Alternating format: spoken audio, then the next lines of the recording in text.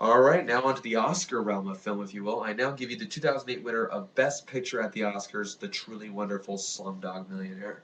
One of the few dramatic films that has kept me still as a fence post the way they kept me wanting more to happen scene after scene. The word captivating is often overused, but it's certainly a way to define this film. The story is, of course, about a teen from the ugly slums of India named Jamal Malik, who is one question away on the Hindi version of Who Wants to Be a Millionaire from winning it all. But the time, like on you see on the American version of the show, the time was up and they had to stop the show. Now, if you think I'm giving too much away, they pretty much established that he's one question away right at the beginning of the film. So don't get on my back for those who haven't seen it. Now, Slumdog Millionaire is just the type of movie that will have you on the edge of your seat, just wondering what will happen next. How did this young man get to where he is? This movie is fast-paced, breathtaking, and has a million more cliche words I can use, but the fact remains it's outstanding and worthy of the recognition bestowed upon it. Um, the movie just gets you thinking, like what the character's trying to tell you.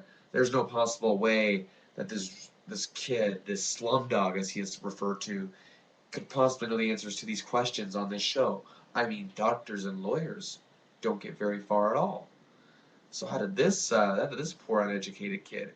And from then on, from right there, we are just jump started and we get to see India's true, gritty, and downright nasty side in this film, and it's as real and nasty as it can almost get.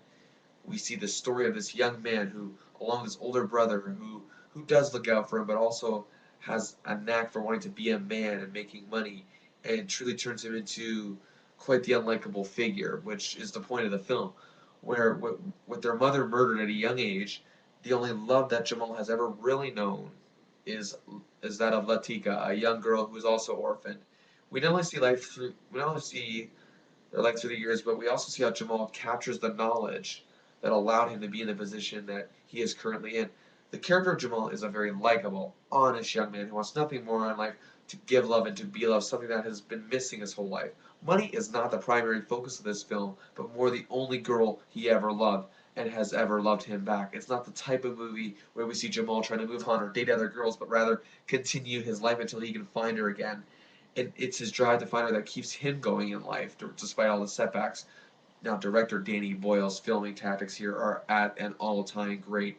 This film has a reminiscent, high-octane energy and intensity of City of God. He also paints the settings and the characters as well as he did in Train Spotting.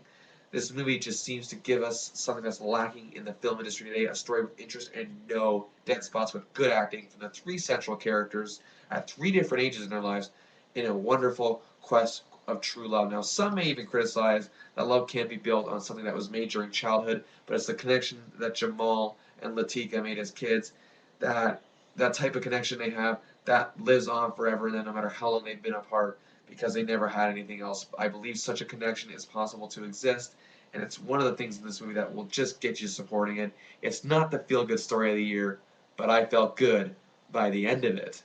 So, with that said, this movie gets 4 stars out of 5.